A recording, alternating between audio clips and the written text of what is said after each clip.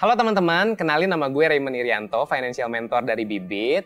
Selamat datang di Tanya Bibit, dan hari ini kita akan jawab pertanyaan dari teman-teman yang udah dikumpulin sama tim Tanya Bibit. Oke, kalau gitu kita langsung aja mulai ke pertanyaan yang pertama. Pertanyaan pertama datang dari Dika di Cibubur. Min, reksadana itu apa sih sebenarnya? Nah, jadi buat kamu yang belum tahu reksadana itu sebenarnya sesimpel paket investasi yang isinya itu ada deposito, obligasi ataupun saham yang nantinya akan dikelola secara profesional oleh manajer investasi. Manajer investasi itu ibaratnya kayak chef, dan deposito, obligasi, dan saham ini kayak bahan makanannya. Pastinya si chef bakal mencari resep terbaik untuk membuat makanan yang enak. Oke, kita ke pertanyaan selanjutnya ya. Ada dari Mira di Jakarta Utara, bedanya reksadana pasar uang, obligasi, dan saham itu apa ya? Nah, bedanya sebenarnya sesimpel dari aset yang mendasarinya. Reksadana pasar uang itu, asetnya adalah instrumen pasar uang, antara lain deposito dan obligasi yang jatuh temponya di bawah 1 tahun. Sedangkan kalau reksadana obligasi, asetnya itu adalah obligasi baik pemerintah maupun korporasi. Kalau reksadana saham, ya udah jelas dari namanya aja, yaitu isinya adalah saham.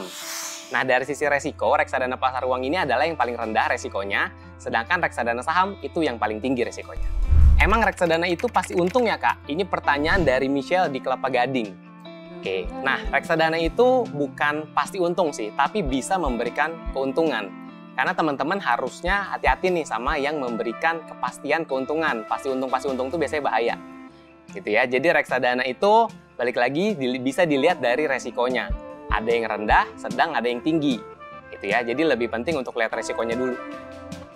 Oke, selanjutnya ada dari Rama di Cinere. Reksadana itu untungnya dari mana ya, Min? Nah, keuntungan investasi reksadana datang dari yang namanya capital gain atau kenaikan harga unit. Ya, kenaikan harga modal lah. Gitu.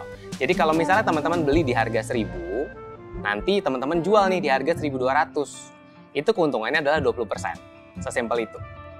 Selanjutnya ada pertanyaan dari Rena di Jakarta Selatan. Kapan waktu yang paling pas buat beli reksadana, Kak? Kalau ada duitnya kali ya. Tapi gini, yang penting adalah teman-teman mulai dulu aja. Karena makin cepat mulai itu makin bagus. Oke? Selanjutnya ada dari Bima di Bandung. Minta tips beli reksadana buat pemula dong, Kak. Nah, sebenarnya tipsnya adalah mungkin bisa coba dulu beli reksadana yang 10.000 gitu ya. Mulai dulu rasain feel-nya, itu nanti kesana-sananya tinggal belajar aja. Gampang kan? Selanjutnya ada reksadana tuh ada yang syariah nggak sih? Ini pertanyaan dari Reza di Soreang. Ada dong, di Bibit bahkan ada fitur yang namanya Bibit Syariah. Jadi ketika kamu nyalain, pilihan reksadana yang ada di aplikasi Bibit kamu itu bakal jadi syariah semua. Pertanyaan dari Jody, gimana cara menganalisa performa reksadana? Nah, sebenarnya kalau ngomongin performa reksadana banyak banget yang bisa dianalisa. Tapi biasanya diukur dari yang namanya CAGR atau return rata-rata tahunannya. Nah, cuman yang perlu diingat, CAGR ini menggambarkan kinerja masa lalu ya, bukan masa depan. Jadi teman-teman harus hati-hati. Gitu. Selanjutnya dari Andre di Bintaro, kenapa beli reksadana nggak bisa langsung beli dan langsung jual? Nah, sebenarnya ini perlu dipahami dulu teman-teman, karena reksadana itu harganya nggak real time. Jadi kalau misalnya nih kita lihat di aplikasi harganya 1.000, terus kita beli, sebenarnya harga yang teman-teman dapat itu belum tentu 1.000. Karena nanti dihitungnya akan setelah penutupan pasar dulu. Nah, itulah yang disebut cut off time reksadana. Ini pertanyaan dari Dani di Malang, bagusan sekali beli langsung banyak atau dikit-dikit tapi rutin?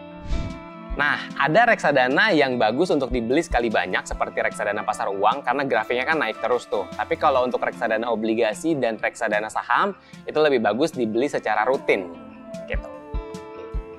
Selanjutnya dari Fani di Tangerang itu nanya, Kak, saya mau investasi di Bibit tapi saya masih pengangguran. Cari kerja mungkin? Enggak. Tapi bercanda ya. Mungkin kalau Fani pengen invest lebih dulu, itu bisa coba aja reksadana yang 10.000 atau 100.000 dulu aja. Biar rasain nih feel-nya tuh investasi kayak gimana sih. Nanti kalau udah dapat kerja, itu bisa ditambah secara perlahan. Oke teman-teman, mungkin sekian Tanya Bibit kali ini. Kalau teman-teman masih ada pertanyaan, bisa isi di kolom komentar. Dan kita bertemu lagi di Tanya Bibit selanjutnya.